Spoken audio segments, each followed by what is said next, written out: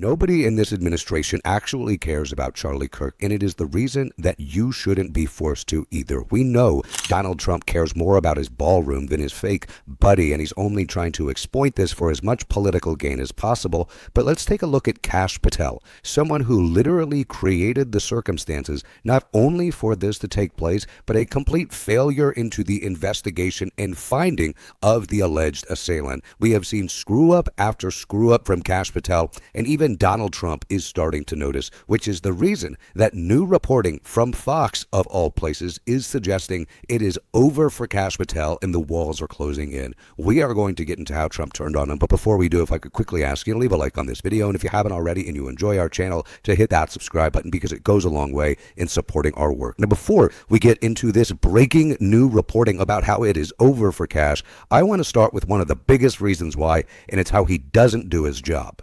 Widespread concern within the FBI that Kash Patel is just simply not taking the FBI director job as seriously as he should be.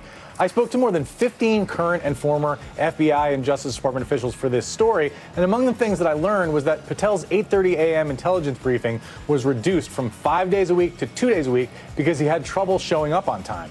And when he does attend, I was told, his briefers are finding it hard to hold his attention. Meanwhile, he's been traveling around the country on FBI jets, including to Las Vegas, where he has a home, and to Nashville, where his country singer girlfriend lives. And he's also been spotted at pro hockey games and ultimate fighting fights, hobnobbing with celebrities. You can't seriously tell me that Kash Patel, a guy who spends all of his time partying and didn't leave New York for Utah on the day of the shooting because he was having too much fun at his nice dinners in the club, actually cares about Charlie Kirk. He doesn't. This is an opportunity for political exploitation of this event for the administration. That is the reason why we've seen at the Pentagon and at the FBI, people lose their jobs, sometimes just for sharing Charlie Kirk's own posts and own words on their social media pages. By reposting what Charlie Kirk has said to expose the disgusting person that he was, that'll get you fired. And it's not the only example, and Kash Patel's mass purges at the FBI have led us to the place, the dangerous place that we're in right now. And before we get into how Kash might be getting fired, I want to start with those who he fired biting back. 3 former top FBI officials targeting Kash Patel and targeting this administration on the grounds of unlawful removal from their jobs. They accused Kash, money sign, of dismissing them as part of a campaign of retribution because they didn't demonstrate sufficient political loyalty. Patel not only acted unlawfully, but deliberately chose to prioritize politicizing the FBI over protecting the American people. That is the key point here. The FBI is not a place where you put in your partisan friends. It's not a spoils system part of the federal government, okay? We want agents who have expertise and experience going after bad guys. That's the job of the FBI. We're dealing with small men who don't care at all about the country, who care about putting their fucking name and image on random coins to hand out to people, who care about their social media engagement. And what they're doing is targeting and snuffing out people who do care about the country, who do care about their jobs, care about their families, care about our families, who want to protect us. And they're getting pushed out because they're being slandered, because they're perceived foes of the MAGA agenda, because they were doing their job investigating criminals on January 6th. It is sick what these people are doing at the FBI. It is absolutely sick, and it is going to lead to a more dangerous country.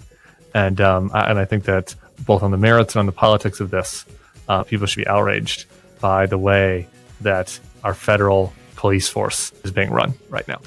Again, I just have to say that Kash Patel created the conditions that has led us to this place, a much more dangerous place, a place without trust in institutions. We can't trust anything coming out of the FBI, all this nonsense of Kash Patel saying that the bullets had engravings supporting of trans people, which was just a lie. That was all speculation and trying to spin up hate. And now he is claiming that there were close ties to trans supporting groups, which is total nonsense. Again, they just want to go after a marginalized community. Kash Patel's own failures are his fault. He set up a broken system at the FBI that led to the alleged shooter's father having to turn him in. He didn't track him down. Trump is disgusted with him because of this, and a new report shows just how far this might go. New Fox News reports that Trump allies are already planning to oust FBI Director Kash Patel and replace him with former Missouri AG Andrew Bailey, set to be sworn in Monday as co-deputy director of the FBI alongside Dan Bongino. Sources close to Trump say he was unhappy with parts of Patel's performance, including a public feud with AG Bondi over the Epstein case. The White House Bondi Blanche have no confidence in Kash. Pam in particular cannot stand him. Blanche either, one source told Fox. Kash Patel has seen scandal after scandal and screw up after screw up come out of the FBI, all while his eyes bulge and he yells like an idiot. Kash Patel is really competing to be the most idiotic member of this administration, which it's always surprising to me when it's a conversation, considering all the success that Pete Hegseth has had at being drunk on the job and being an idiot. He really exceeds expectations in that department, and Kash is now trying to catch him. The buffoons, both of them are.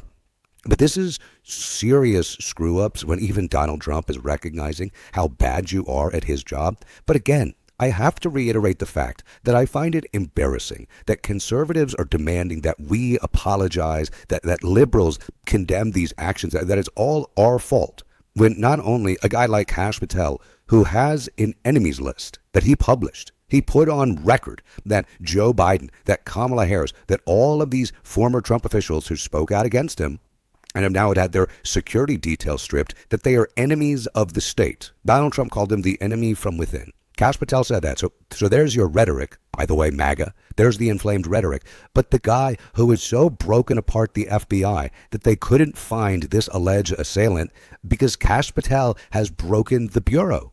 So if they're doing that, if they're fucking up at that degree, how is it our fault? Maybe you take some accountability for the idiots you elected, for the political climate they created. This is on them, not us. And this is not even touching on the Epstein files, which, by the way, there's new info that Kash Patel and Pam Bondi are covering up. Sheldon White House broke it down right here. This New York Times reporting about the dark Epstein money moving through J.P. Morgan, massive amounts of cash being transferred to the people young girls who he was victimizing at the time. And J.P. Morgan allowing it all to happen until the very last minute, until he's actually in handcuffs, is one of those stories that sounds like something you could have mapped out for us if you'd had the resources that the Times had on this. Yeah, with the added feature here that those federal reports that the bank filed when it troubled to file them are actually called suspicious activity reports. That's what SARS, the terms, stands for. So if you wanted a clue as a bank whether this was suspicious activity, you might look at the heading of the form that you filed that said suspicious activity reports. Clearly, this is the same material that Chairman Wyden and the Finance Committee revealed a while ago. And so there's been plenty of opportunity for this to be investigated by the FBI. So while Attorney General Bondi and FBI Director Kash Patel were doing all this big talk about getting to the absolute bottom of everything, here was this trove of information right in front of them and no visible effort to do the slightest bit of investigation. And again, these things are called suspicious activity reports, for Pete's sake. You have to be kidding me. You have to be kidding me. And this new reporting is the reason why I've just started talking so much about the Epstein associates that Donald Trump is so clearly covering for. And we just have to start asking questions everywhere. And we have to really do our own digging here. Like a great example was a lawyer for the Epstein estate said on Lawrence O'Donnell's show that they would, if subpoenaed, have to turn over the birthday book and other documentation. And Ro Khanna and Robert Garcia said, oh, well, hell yeah, we're going to subpoena that information. We're going to subpoena that birthday book. That's why it's public, right? That independent digging, that us figuring it out, like that's what has to happen. And the Epstein associates are the thread that we really have to pull at because they can't hide anything. As much as Donald Trump will keep the DOJ under wraps, try to silence Kash Patel and Dan Bongino, like he can do that. He can try at least.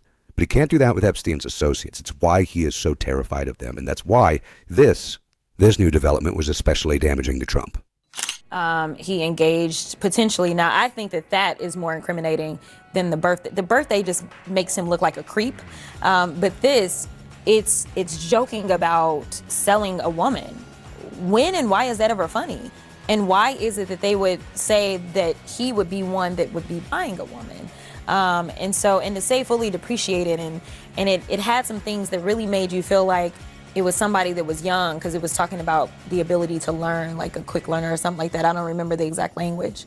But it's really disturbing. And honestly, it's really a sad day in this country that this is the guy that is leading our nation. I mean, we used to care about the morality of a leader, but when you're looking at this and you're looking at his actions overall, it doesn't seem like he has a moral compass or that he has an honest bone in his body.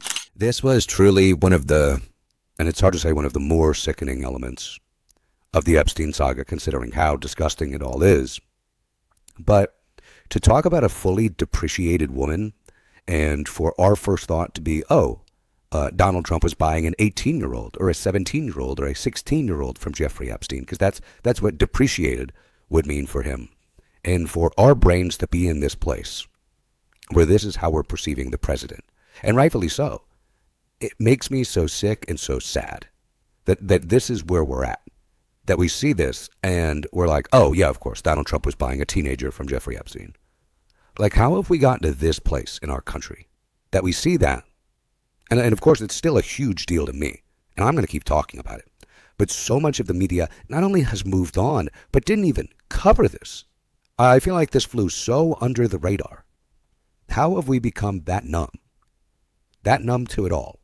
And that's why, as the selective memory MAGAs demand that we have outrage for Charlie Kirk, I just ask, what about everybody else? Is it just when your favorite white nationalist is killed that you care? That's it? Because we've been caring all along. And we're going to continue to on this show. And if you want to support that, as always, you can hit that subscribe button, leave a like on this video, and if you stuck around to the end, drop a blue heart in the comments.